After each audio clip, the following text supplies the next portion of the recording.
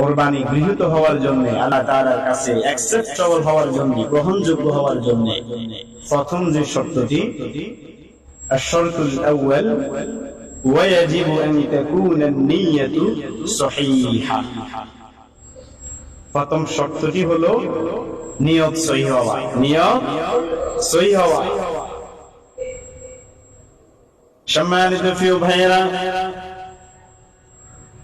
আমরা রব্বুল আলামিনের সন্তুষ্টির জন্য আমাদের প্রিয় বস্তু আল্লাহ তাআলার দরবারে, আল্লাহ তাআলার সন্তুষ্টির উদ্দেশ্যে আমরা যে উৎসর্গ করে থাকি, যদি আমাদের সকলের নিয়তি সহিহ না হয় তাহলে কারো কোরবানি কবুল হবে না। আস্ত হয়েছে, কবুল হবে না। কষ্ট করে আপনি ধন সম্পদ খরচ করে আপনার প্রিয় বস্তুকে আপনি কোরবানি দিয়েছেন, অযথা কবুল হবে না।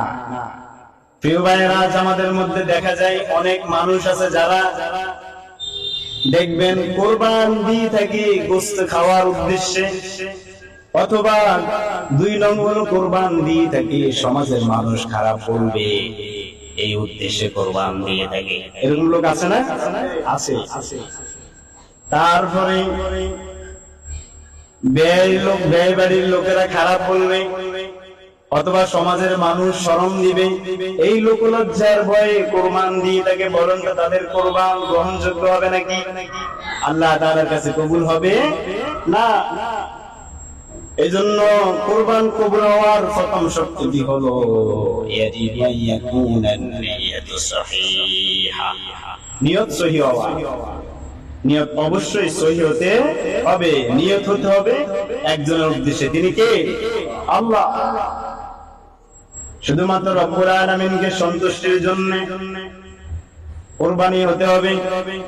কারণ আমরা যে কোরবানি দিয়ে থাকি, এই কোরবানির কোন রক্ত, মাংস, গোশত, চামড়া কোন কিছু কি রব্বুল আলামিনের কাছে পৌঁছায় নাকি? কথা বলেন, কোনটা পৌঁছায়? পৌঁছায় না। শুধুমাত্র তাকওয়া পৌঁছে। রব্বুল আলামিন দেখে আমার বান্দা কি উদ্দেশ্যে কোরবানি করেছে, কি উদ্দেশ্যে উৎসর্গ করেছে, তার নিয়ত কি, তার উদ্দেশ্য কি, এর জন্য তার কতটুকু তাকওয়া আছে, তার তাকওয়ার স্কেল থেকে সে কোরবানি করেছে কিনা রব্বুল আলামিন শুধুমাত্র সেটাই দেখেন। সুবহানাল্লাহ।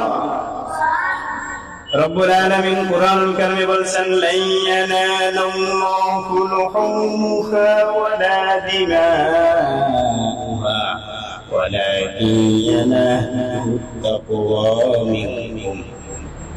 রব্বুল আলামিন সূরাতুল হজ্জের মধ্যে বলেছেন, আয়াত নাম্বার হলো 37 নং আয়াত, সূরাতুল হজ্জ কোরআনুল কারীমের 22 নং সূরা 17 নং পারায় রয়েছে। আল্লাহ সুবহানাহু ওয়া তাআলা এই সূরাতুল হজ্জের মধ্যে বলেছেন, লা ইয়ানালুল্লাহু লুহুমুহা ওয়ালা দিমাউহা ওয়ালাকিন ইয়ানালুহুত তাকওয়া মিনকুম। রব্বুল আলামিন বলেছেন, আল্লাহ তাআলার কাছে কুরবানির গোশত, মাংস, চামড়া কোনটাই পৌঁছে না। ওয়ালাকিন ইয়ানালুহুত তাকওয়া, বরং পৌঁছে কি? তাকওয়া। কি পৌঁছে? তাকওয়া। আপনি যে কুরবান করেছেন সেটার তাকওয়া আছে কিনা? আপনি কি রব্বুল আলামিনকে ভয় করে কুরবানি করেছেন, নাকি দুনিয়ার মানুষকে দেখানোর জন্য করেছেন? সেটাই রব্বুল আলামিন দেখে। তাহলে প্রথম শর্তটি হলো নিয়ত সহিহ হওয়া। নিয়ত, সবাই বলেন, নিয়ত সহিহ হওয়া।